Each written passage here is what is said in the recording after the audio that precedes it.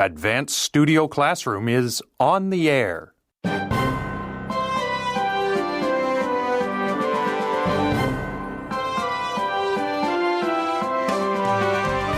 Join us today as we continue traveling across the beautiful island of Cozumel.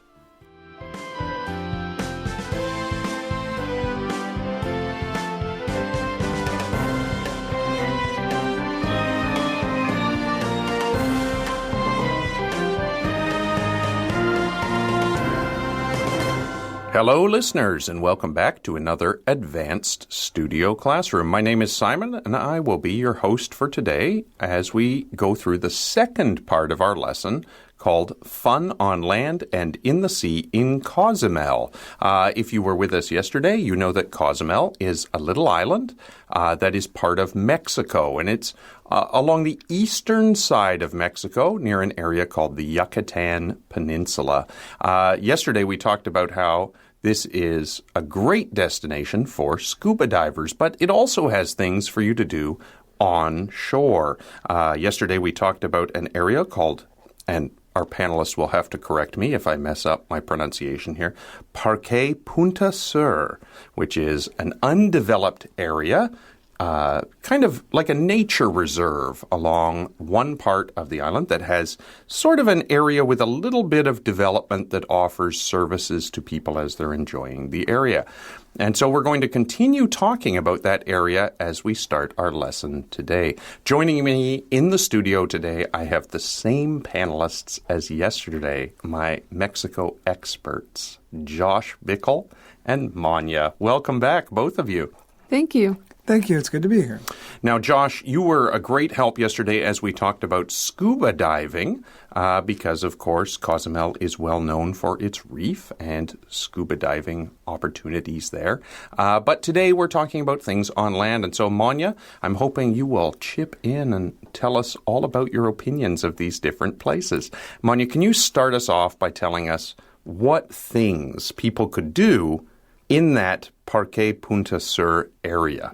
Well, there is a beach club there, and you can stake out a hammock and enjoy the nice beach. It doesn't sound like a lot to do when you say it like that. We're just sitting on the beach now. But yesterday, it's a beautiful beach, turquoise waters, and then you can go snorkeling or scuba diving and all of that if you want to do that. That's exactly it. It was just kind of a beautiful beach area that had different things. It had reefs and lagoons, which are sort of protected areas of the ocean, protected meaning protected from big waves and things like that, and also forest areas. And so you're kind of enjoying the environment and the nature in this place. There were a few other things too, though. They had a lunch buffet. So you could enjoy some food, and you could rent, like you mentioned, snorkeling equipment and do that sort of thing. Now, today, as we start our lesson, we're going to talk about some more things that are in that area that we kind of didn't get a chance to talk about yesterday. So I'm going to suggest that we start off with our first reading right away.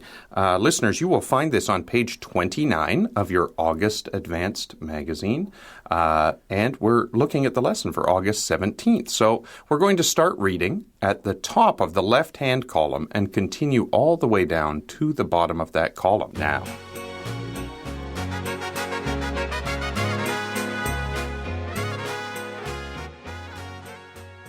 There is also a lighthouse with stunning views and a marine museum at its base. But the area's biggest draw, in more ways than one, is the Laguna de Colombia, a trio of lagoons that weave in between mangrove swamps, where astonishingly large crocodiles bask in the sun. A sampling of Mayan history. If Punta Sur is a good way to spend a morning, then Pueblo de Maíz makes for a fascinating afternoon. This recreation of a Mayan village is a bit of a find. The village consists of 7 traditional thatched huts dedicated to a specific aspect of Mayan life. In one, I was shown how to make a corn tortilla using a traditional oven. In another, I tasted honey as a swarm of bees buzzed nearby. There was an opportunity to sample chocolate. The Mayans are credited with discovering it.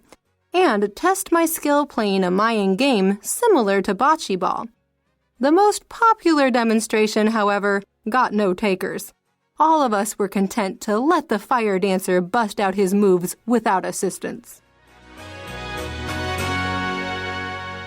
Okay, so the first thing we see here is that there is a lighthouse in this reserve area, and that's kind of a common feature of places that are beach destinations, right? They often have a lighthouse that you can go to visit. Sometimes it's very simple, sometimes it's much bigger. I would guess that this one is a little bit bigger because there's something at its base, which just means at the bottom of the lighthouse. So if a lighthouse is kind of a tower, at the bottom of it, here you find something interesting. What is that, Josh? So it's a marine museum, which is interesting because I don't know if I've ever heard of a lighthouse with marine museum in the base of it. I've never really heard of a lighthouse with a museum in it. Right. Because usually they're not very big. Usually they're not very big. Maybe they might have like a couple of things on the wall in order to sort of show you pictures of lighthouse keepers from time past, but not usually enough in order to really have a museum. Okay. So this museum, I think we should say that it's probably not huge. Like, we're not talking about an aquarium here, like, or, you know, no whale exhibits necessarily. But it is kind of an interesting stop that you can make during your walk along the beach or in between swims, things like that. But they tell us that this museum and this lighthouse are not the area's biggest draw. Now, biggest draw just means the thing that is drawing or bringing people to the area. So it's another way of saying not the area's biggest tourist attraction. Instead, we find out that the area's biggest draw or biggest tourist attraction, and then they say in more ways than one, is the Laguna de Colombia. Now, Laguna de Colombia, Josh, you're going to have to use your Spanish here again to help us out. What is this? It's the Lagoon of Colombia. Oh, the lagoon. We've been talking about lagoons. There we go. So the area's most popular site is this lagoon. And why do they say in more ways than one? Because it's a trio of lagoons. Oh, so there's not just one thing that are part of this attraction. There's more than one thing. Okay. Often when we say in more ways than one, we mean there are different things that attract people to the site. So maybe great art and interesting history or things like that. That's usually what we mean by this phrase. And they kind of mean that here, too, because they're telling us that the Laguna de Colombia is a trio of lagoons. So that's one thing. It's 3 lagoons. That's kind of neat. And they weave between mangrove swamps. Okay, that's the second thing. What's a mangrove swamp? They are trees that grow in the water. Okay, so usually when we say swamp, we mean kind of an area of the land that's really wet. It's got a lot of water. When we say mangrove, we mean there are trees growing out of that water, like you said. Okay, so the first of these more ways than one is the 3 lagoons. The second is there are mangrove swamps in there.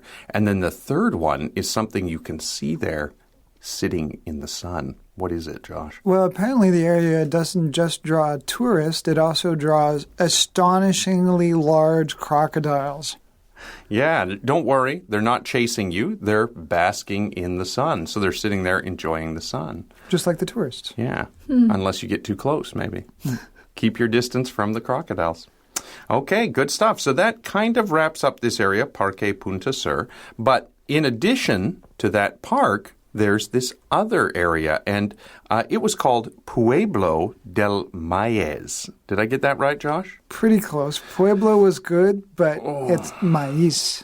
Maíz. And Josh, remind us one more time. What does that mean? It's a Spanish term. What does it mean? So Pueblo is like a small town or community, and del maíz is of corn. Okay, and so in the section here that is titled A Sampling of Mayan History, we're told that there's this place, the Pueblo del Maíz. Very good.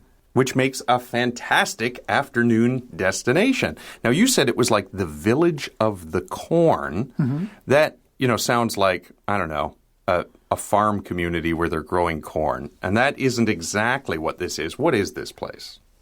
Well, it is related to corn a little bit because it's talking about a recreation of a Mayan village.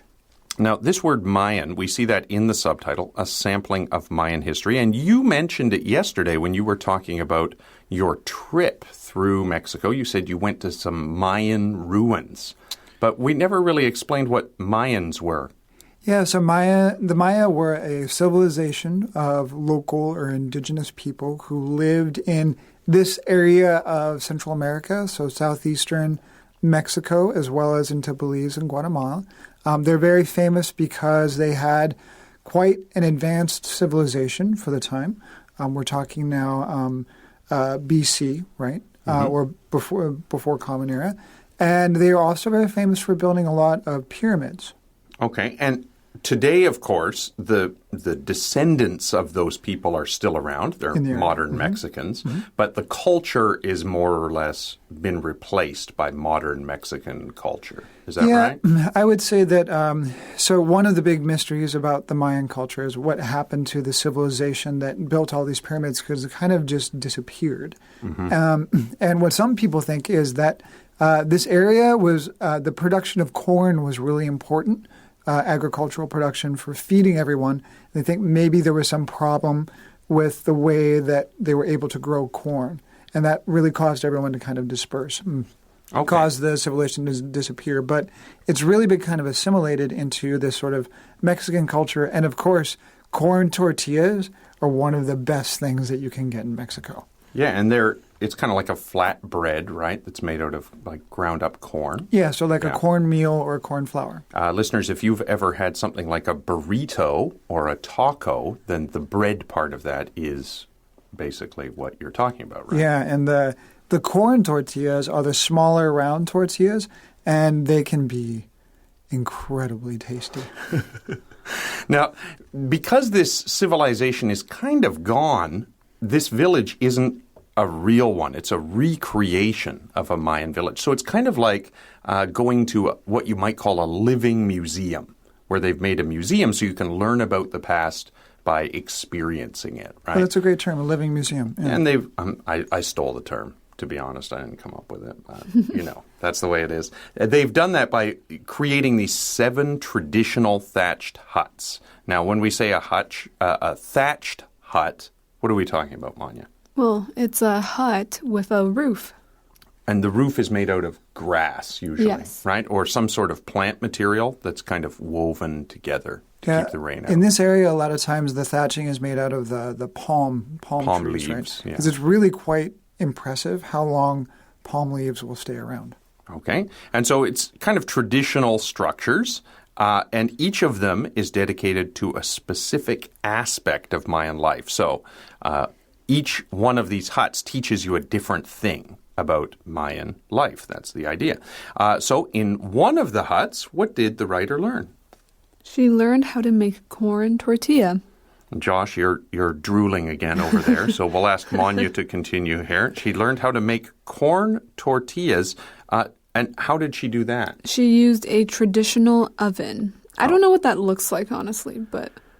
Well, I mean, for most cultures, a traditional oven is kind of like a clay-covered mound. I don't know if mound is the right word, right? You might, every once in a while, find a pizza place that will make pizzas in sort of a clay oven. With it looks like a inside. little hill with a hole in the middle. It's hollow inside, right? Exactly, you put the fire in there, and then you can... Like a brick oven. Yeah, like a brick oven. Okay, okay. Yeah, okay. So the writer learned how to make this food. And then in another of the huts, what did the writer do?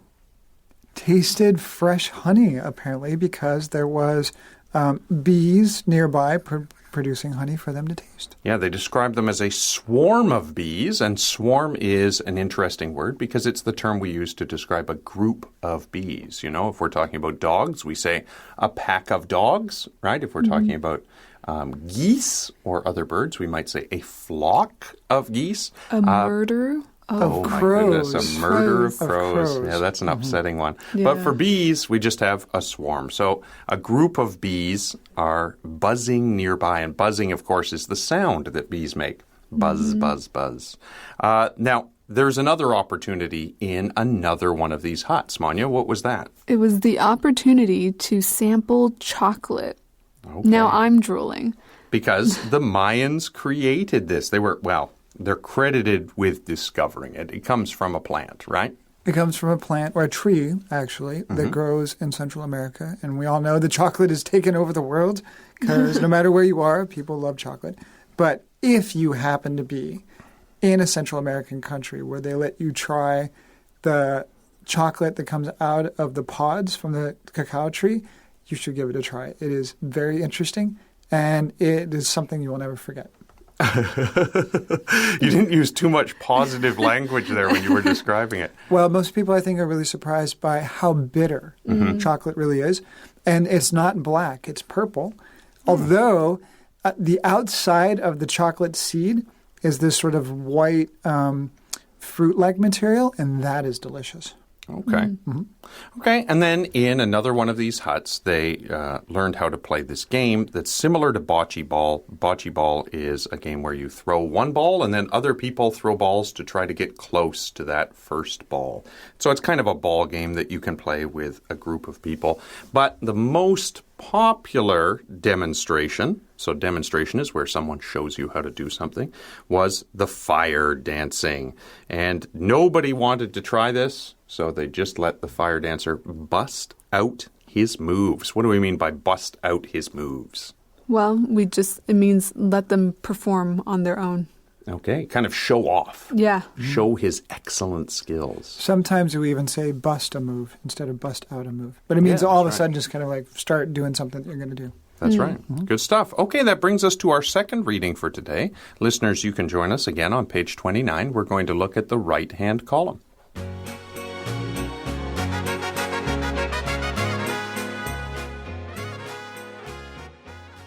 Occidental Cozumel, a regal resort. A special island requires a special resort, and the Occidental Cozumel more than fills the requirement. Colorful villas with red-tiled roofs and hidden courtyards are designed to mimic Mexican haciendas and are a far cry from the beachside resorts. In fact, the beach wasn't to be seen from my accommodation, being a 5-minute walk away over a bridge and through a mangrove swamp. Instead, I was surrounded by lush vegetation and landscaping complete with tinkling fountains, lagoons, and tropical foliage. Interspersed throughout are vivid pieces of pottery, used as art. The entire setting was that of a tranquil oasis. Okay, now the subtitle of this section is Occidental Cozumel, a regal resort. And Occidental Cozumel, we know that Cozumel is the name of the island. Occidental is a little more mysterious. Together, Occidental Cozumel is the name of the resort. But Occidental is a term we don't hear very much. It's an older term, and it's the opposite of Oriental. Right? And so you might be familiar with hotels in Asia, like the Mandarin Oriental. Oriental is kind of an older word that's used to describe the eastern part of something.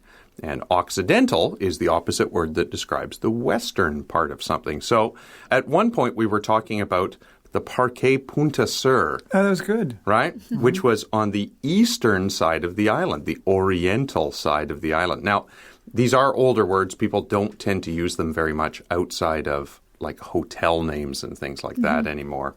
But now we're on the west side of the island, which we assumed before was the developed part of the island. And so we're going to talk about a regal resort. Now, when we describe a resort as regal, what are we saying the resort is like? It's like royalty. Yeah. Yeah. It's very beautiful. And so regal is an adjective that's used to describe like kings and queens, things for kings and queens, I guess you could say. So this is probably the beautiful resort, the big resort on the island. And they start off by saying a special island requires a special resort. And the Occidental Cozumel more than fills that requirement. Tell us a little bit about this resort, Josh. So it has colorful villas with red-tiled roofs and hidden courtyards, it does kind of draw a really beautiful picture of a nice place to stay, although it may not be exactly what you think of when you think of a really fancy hotel. Okay, now I want to kind of go off topic a little bit here and talk about hotels because I've often stayed in places where they throw some of these words around like villa, suite, room, and I just want to get your input for a second on what exactly these things are. So there's 3 terms I've heard, a number of times. I've been told I am staying in a hotel room. I've been told I'm staying in a suite, and I've been told I'm staying in a villa. What really is the difference? If we ignore what the hotel is kind of saying in its PR material, what is the difference between these 3? Well, a room is just a room. It's your standard room. Would you get a bathroom if you had a room too? Yeah. So it's kind of like 2 rooms. It's like walking into a studio apartment, kind of. There is a bathroom. And so then a there's standard hotel room. Yeah, it's a standard hotel room. Okay. It is possible that some hotel rooms might have a shared bathroom. Yeah, especially in hostels, right? And cheaper places to stay. What is a suite then? A suite would be there would be multiple rooms inside the suite. Okay, now I feel like I've been in normal hotel rooms that people call suites. Sometimes they're a little bit tricky because the suite isn't really a separate room. It's just a bigger area where it feels like you can sit in front of the TV on a little couch. It's like you get a living room. So if there's just a bed, they have to call it a room. If they add a desk, they can call it a suite. Is that what you're saying? Well, it would have to be like a desk and a sofa and maybe a little table. So enough to make it feel like there's a part of the room that's more like a living room style, but not necessarily always a separate room. Okay, but if we were really being, honest about the situation, when we said you're staying in a suite in a hotel, we're talking about staying in a few rooms, right? Yeah. So, for example, there's a bedroom area, and then you can actually leave that area and you go into maybe a living room or a writing area or something like that. And then also maybe a bigger bathroom. So the idea would be that a suite is better than just a room. Okay, and then a villa is even better. What is a villa? So a villa is more like its own house.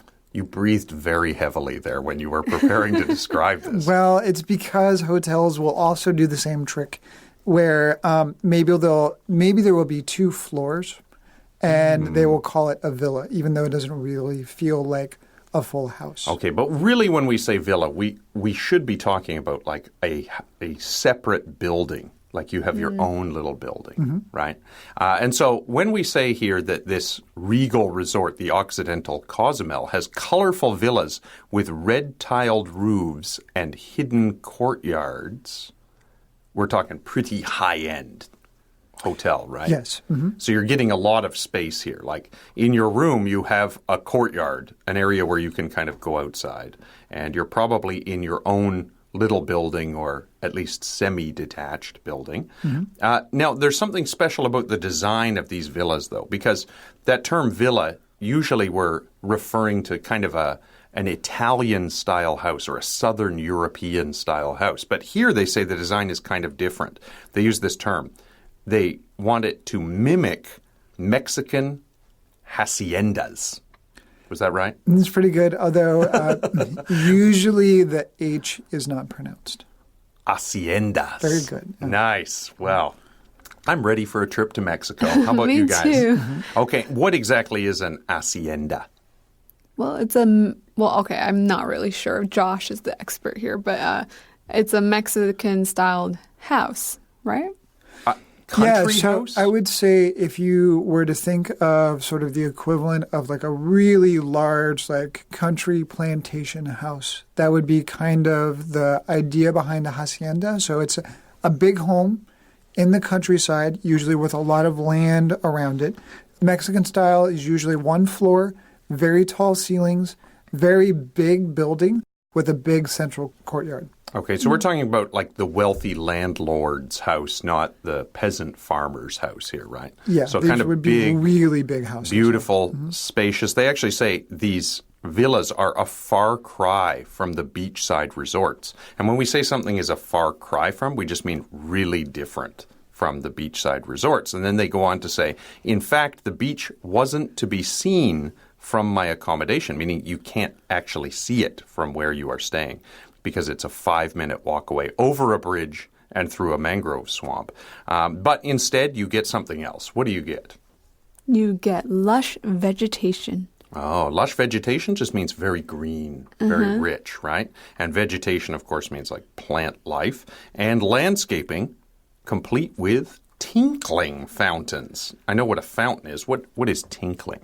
So tinkling is the sound that water makes when it's in a small stream as it's sort of passing through an area. In this case, because it's a fountain, it's going up and down. Okay. You also get lagoons and tropical foliage. Foliage means green leaves again. So it's another way of saying, beautiful green plant life. And interspersed throughout, so mixed all through that area, are vivid pieces of pottery used as art. So pottery is things like vases and different pots made out of clay.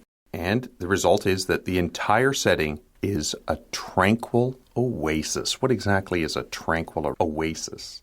Well, tranquil is something that is very, very, very peaceful. Okay. Right? And oasis is a place of rest, right? Mm-hmm.